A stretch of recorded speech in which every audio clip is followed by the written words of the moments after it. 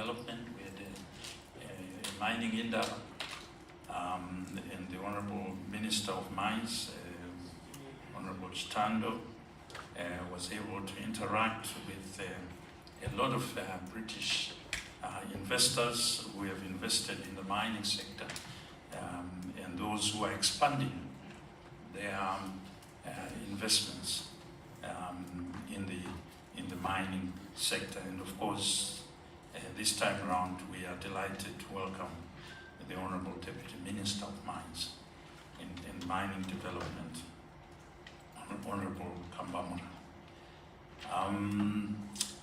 As Zimbabwe continues on its journey towards economic growth and transformation, the role of finance professionals becomes ever more critical.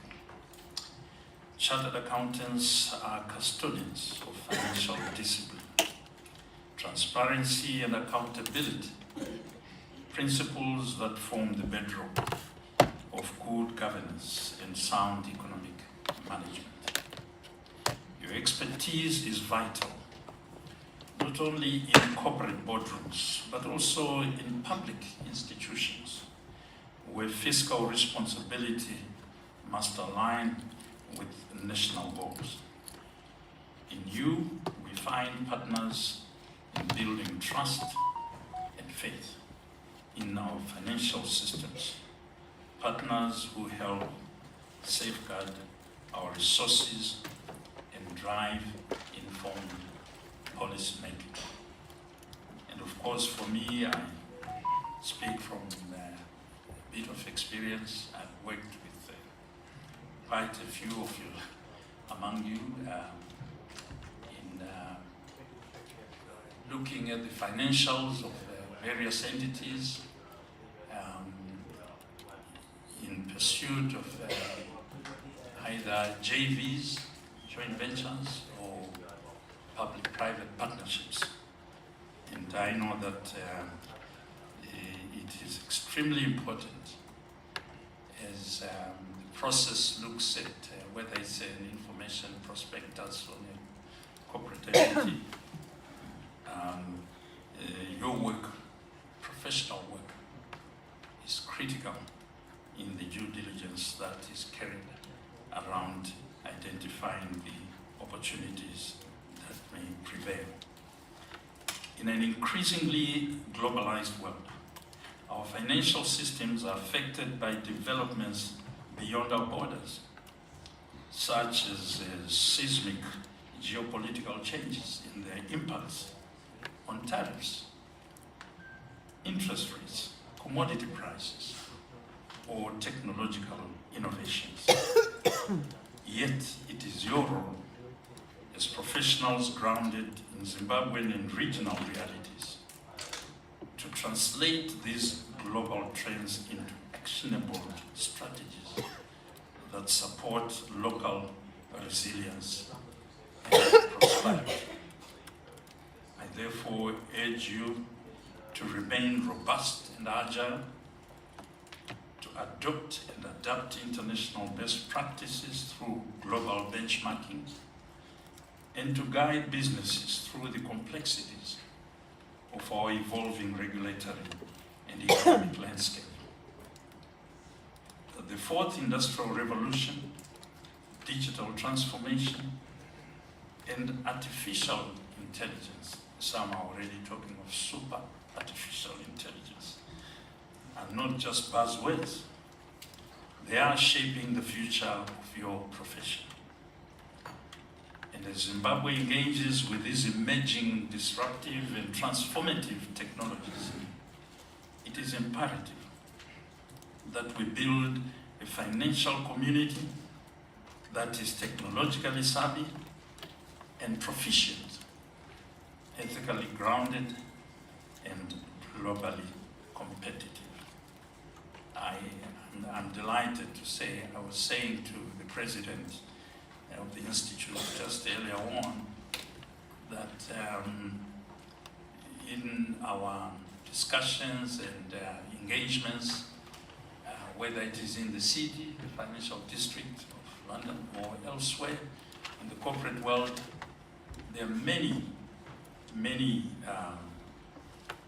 young chartered accountants that we are coming across in leading positions. Leading positions. And of course, that's where we belong in Zimbabwe. Leading, we have to, attain that, level in all our engagements, and it makes us very proud when we engage, only to find that among those whom we're engaging with, we have some of our brilliant young minds who are pursuing their careers in the corporate world. The government stands ready to support innovation, and we count on your collaboration to ensure that these advancements are inclusive and beneficial to all Zimbabweans. And let me take this opportunity to call on all chartered accountants and auditors to continue upholding the highest standards of professionalism and integrity, to be stewards of ethical conduct in all you do, and your valuable signature on a set of financial statements is not just a technical endorsement, it is a statement of trust, a pillar of confidence in our markets, and a representation of national pride and of much cherished values. Distinguished guests, ladies and gentlemen, in conclusion, I look forward to continuing our collaboration with professionals like yourselves who are dedicated to the economic development of Zimbabwe. And let this winter school be a platform not only for learning, but also for reflection and recommitment to ethical leadership, to national service and excellence without compromise. I wish you a productive and inspiring winter school. Korogoto Amflope, congratulations to Tenda Siabo. I thank you.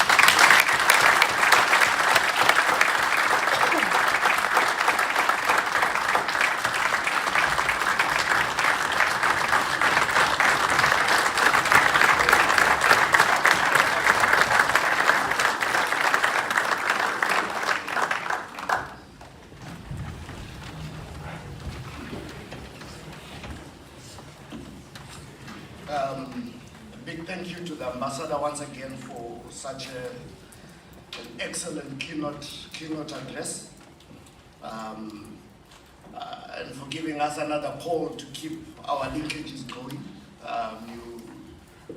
We continue in where you lead us, and one key highlight is we belong to the top as chartered accountants, but being at the top comes at a cost. We need to continue then upholding the professionalism and conduct ourselves as those that belong to the top. Thank you once again, Honorable Ambassador. I need to pay school, please. We do have sponsors. We have platinum sponsors, Old Mutual, EcoCash, Afrexim Bank. We have our co-host, Financial Markets Indaba. Thank you to partnering with ICAS to make our winter school a success, and again to also make this winter school investment conference a success. Next on our program, let us take a turn then at the spotlight of leaders that are shaping our investment future within the diplomatic space. We have Ross McGowan from the British Embassy in Harare, who's with us today.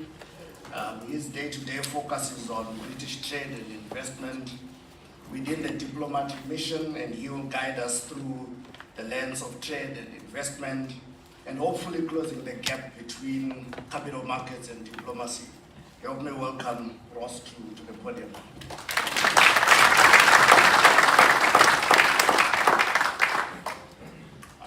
Hello everybody, and I just wanted to take the opportunity first to recognise His Excellency Ambassador Colonel Sunde and Deputy Minister Bura and other distinguished guests. And with all protocols observed, I'd also like to thank the organisers for the opportunity to speak today. My name is Ross McGowan, and I just wanted to give a brief overview of the UK's approach to trade and investment. There's been a couple of significant announcements and publications recently on that, the role that professional services play within that, and how bilateral trade between the UK and Zimbabwe is increasing. The UK has a new industrial strategy. It was published in mid-June this year that has identified 8 key sectors for growth. They're advanced manufacturing, clean energy industries, creative industries, defence, digital and technologies, financial services, life sciences, and absolutely last but not least, purely alphabetical, professional and business services. There are a number of core objectives to the industrial strategy. First one is to cut electricity costs for UK businesses by up to 25% for electricity-intensive manufacturers in those 8 growth sectors, and crucially the industries across their supply chain. We're looking to support innovative businesses, particularly small and medium-sized enterprises, by increasing the British Business Bank capacity to £25.6 billion. That is a significant increase of billions. We're looking to deliver an extra £1.2 billion a year for skills by 28 to 29, including crucially the learn and earn in high growth sectors, so shortening that gap between qualification and getting to high paying employment. We're looking at reducing regulatory costs by 25% and streamlining the number of regulators within the UK, removing some barriers to business. We're looking to help 5,500 small and medium enterprises adopt new technology through the Made Smarter programme. We're also looking to boost R&D spending to £22 billion a year by 29-30 within those 8 growth sectors.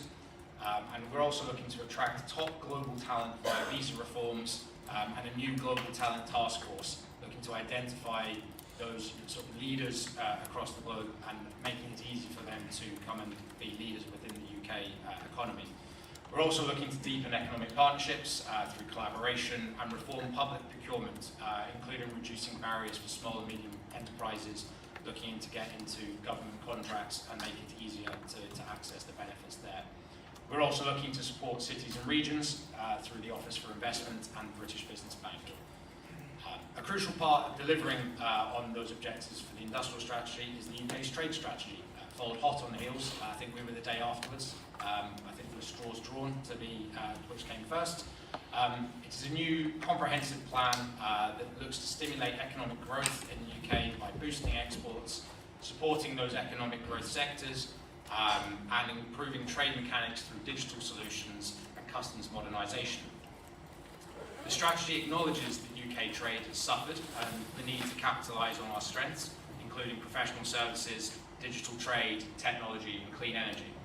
It reaffirms the UK's commitment to free trade, acknowledging there are global rivalries. I think we just need to look at the news these days. The need to reform the global trading system using pragmatic economic diplomacy with the EU, the US and China, and also strengthening our relationships with emerging markets. We're looking at prioritising markets with the greatest growth opportunities for UK businesses in those 8 growth sectors, and through our trade policy toolkit, we look to utilise new agreements and partnerships. We're also going to be providing support to UK businesses to help them export and expand overseas, including improving our digital support to exporters, increasing our UK export finance credit limits from 60 billion to 80 billion, and also increasing our trade defence to withstand the geo-economic shocks that are present in the world today. We also know that trade is powerful for economic growth and poverty reduction, and that professional and business services play a key role in the UK's industrial strategy by providing a foundation for growth access to the entire economy and helping businesses grow and become more productive, resilient, and innovative through expertise in fields like law, accounting, audit, and consulting. The UK's PBS, Professional Business Services sector, aims to be a global leader by 2035, and a strategy for that involves boosting our sector's exports, developing high-level skills, and fostering regional growth through new hubs and partnerships all while navigating new technologies and ensuring economic resilience. We're incredibly pleased to see that bilateral trade between the UK and Zimbabwe is growing steadily and has averaged £300 million for the last 5 years. And we're also seeing a renewed focus from the government, with Lord Collins, the Minister for Africa, has been mentioned visiting Zimbabwe in June, that reinforces our ambition to boost trade and investment further between our two countries. This growth in trade has also been helped by our Economic Partnership Agreement, the EPA, that enables Zimbabwean businesses to export to the UK tariff-free. UK investment in Zimbabwe includes transformational sectors such as renewable energy, which provide the power to grow other sectors such as InfraCo Africa, which is part of the PIDGE, the UK Private Infrastructure Development Group, which recently signed an agreement with the government of Zimbabwe to develop a 30 megawatt solar panel in the, and apologies in the pronunciation, of the Vungu region. It's an important pilot project that will set the template for future independent solar power providers. Other recent investments into Zimbabwe have come from the British International Investment, the BII, the world's oldest impact investor. Some might recognise its old name of the CDC Group. Most recently, in 2024, BII invested $10 million into NME Bank to on-lend horticultural businesses to enable them to expand and export. Our embassy in Harare has been supporting the growth of the horticultural sector, which has clear mutual benefits. The cooperation is enabling smallholders to reach new markets and exports to the UK of high-quality sugar snap peas, blueberries, and other products that are providing strong source markets to UK distributors. I think this is no more evidence than I actually saw at the weekend in Waitrose. Their premium #1 blueberries come from Zimbabwe, so I think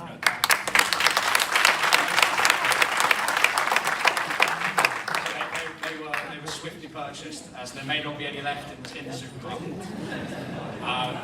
The embassy is also looking at how trade across wider Southern Africa can be enhanced. We know that the economies across Southern Africa are interlinked with supply chains and across the wider continent as well.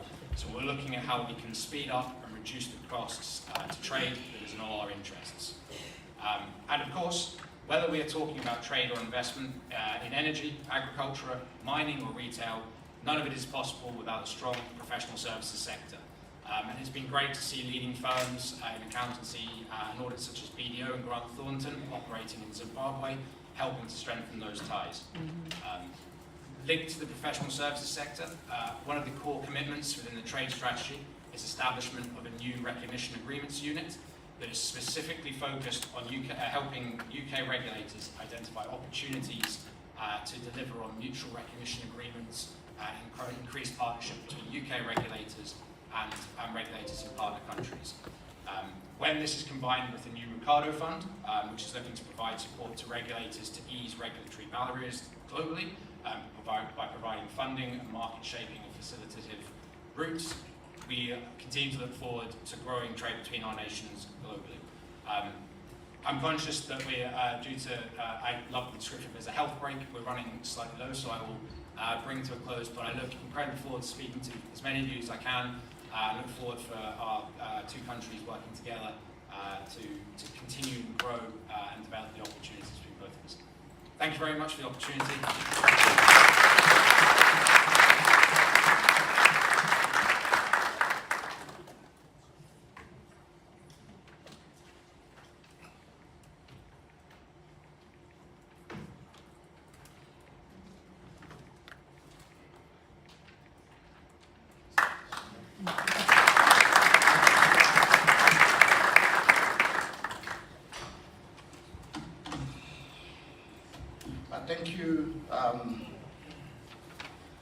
Thank you, Ross, for such an insightful brief, and thank you for assisting with timing.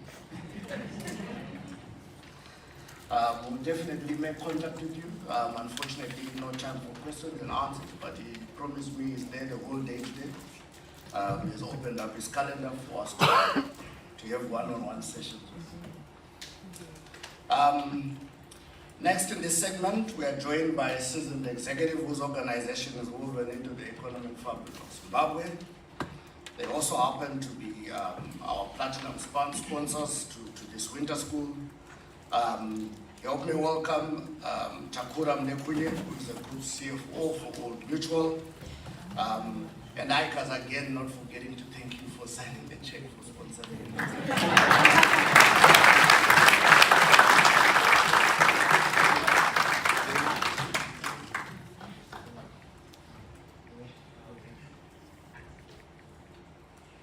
Good morning, everyone. I would like to start off by acknowledging His Excellency, Zimbabwe's ambassador to the UK, retired Colonel Christian Katsande. I will ride on other protocols observed by the Master of Ceremonies, and I'm going to share, provide a brief presentation on how Old Mutual has leveraged strategic partnerships to contribute to sustainable growth in Zimbabwe, starting with providing a brief context about Old Mutual, our strategy, our partnership philosophy, and a few case studies of projects that we funded driven by that philosophy. So just some information about Old Mutual. I'm not sure who is helping me drive. Oh, there's a click.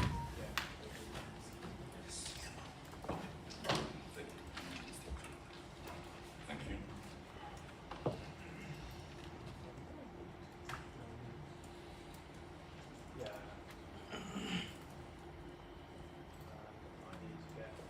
So just briefly about Old Mutual. Old Mutual has been operating in Zimbabwe since 1895. We opened our first office in Harare. It was in 1902. I don't know who was here in 1902. And our operations span banking, insurance, asset management, microfinance, fintech, stockbroking. We very much agree with what the MC said. We are really woven into the fabric of Zimbabwe's economy. And our philosophy around partnerships, I see that is central to our strategy, because I think partnerships facilitate the sharing of innovations and best practice. They also allow us to pool financial and technical resources, as you will see as we get into the presentation, because we believe that we should not only work independently as Old Mutual. We believe in working very closely with government, and there are instances where we have actually worked with government as a partner, as well as other private sector players. We believe that the cake is big enough for everyone to participate and to thrive.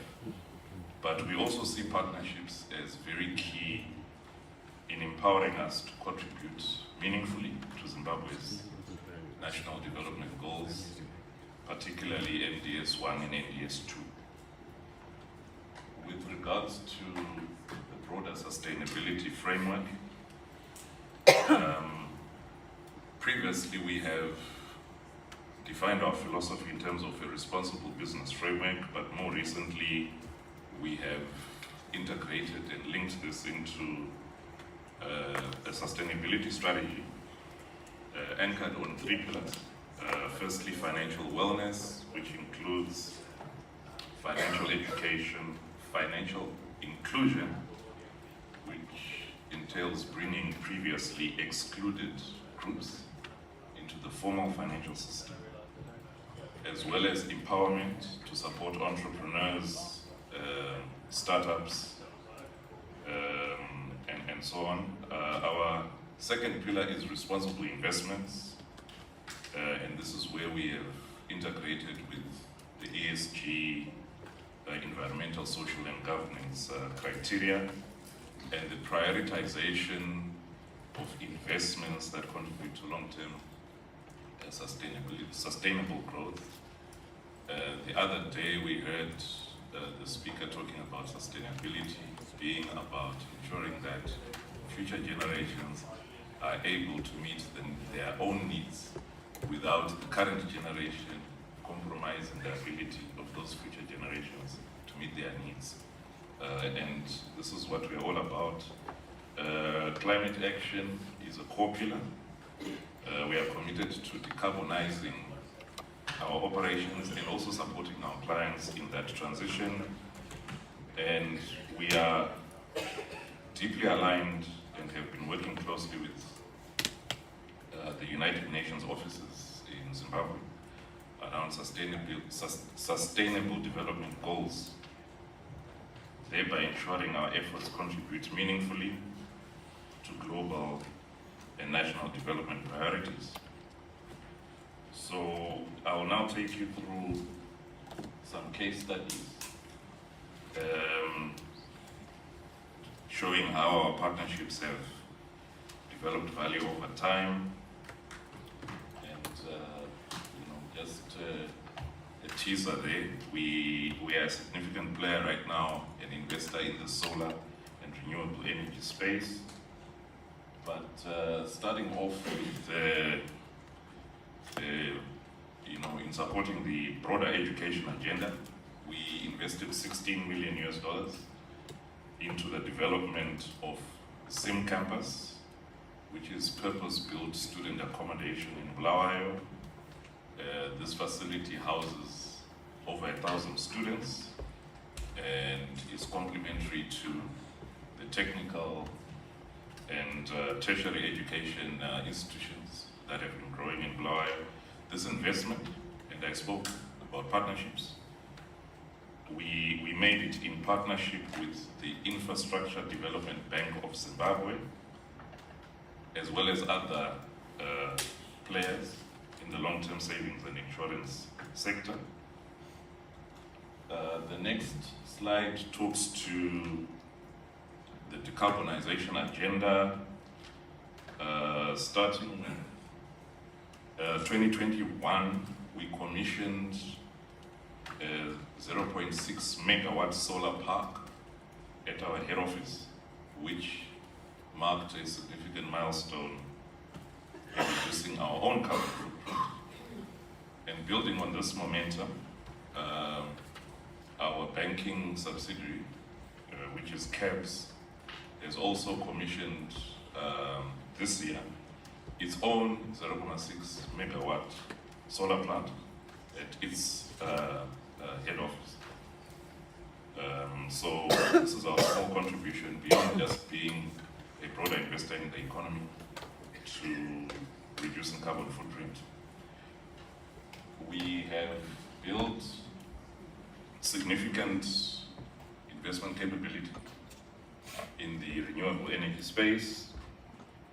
Our parent company in South Africa, just to provide context, has invested in the region of 31 billion as of end of 2024, 31 billion rand in renewable energy.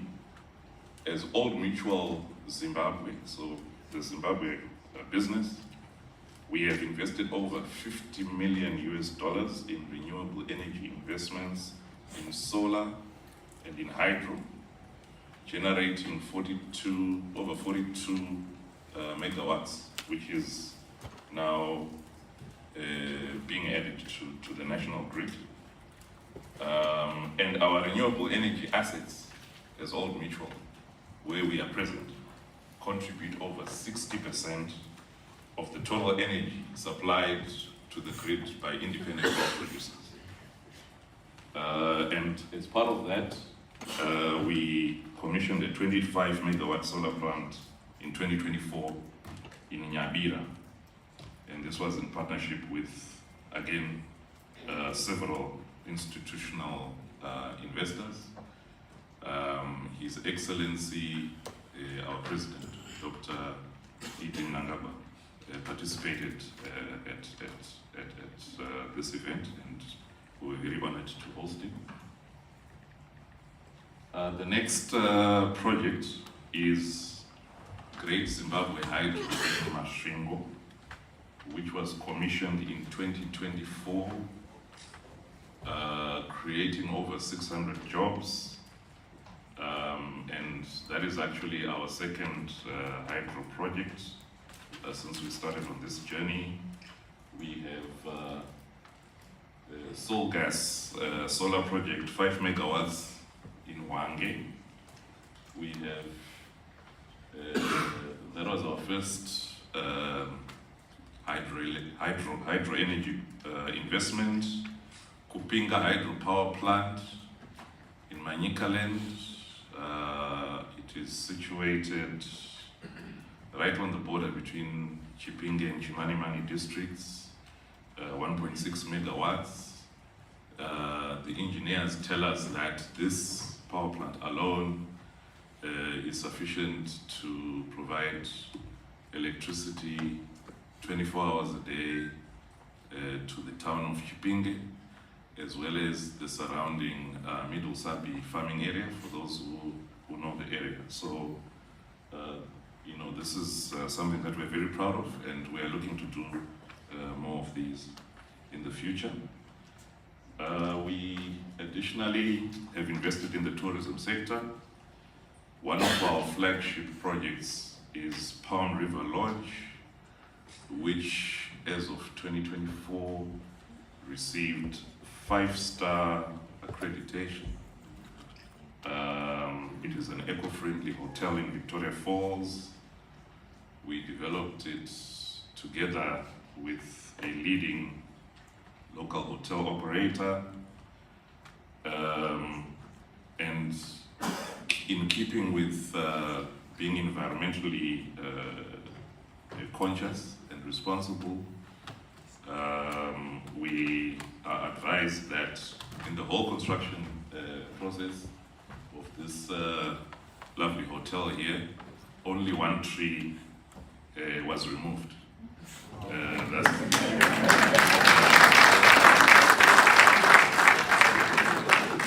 Thus preserving the natural landscape and ensuring minimal ecological disruption. And also, once again, I'm happy to share with you that His Excellency the President also graced us at this occasion. This is a bit of an older project. I think it's a key landmark in Harare, East Gate. This was among the first buildings in the world, not in Africa, but in the world, to implement advanced natural cooling systems, significantly reducing energy consumption. It is an award-winning building. And, you know, turning to other areas where we have been partnering. Some of you may call this CSR. I think CSR, corporate social responsibility, kind of blurs the message. What you're actually driving here is sustainability, because we are in the business not just of providing to our underprivileged or previously underserved sections of the community fish, but teaching them how to fish. And in this regard, we have provided over 1,000 women entrepreneurs. Operation CAPS has rolled out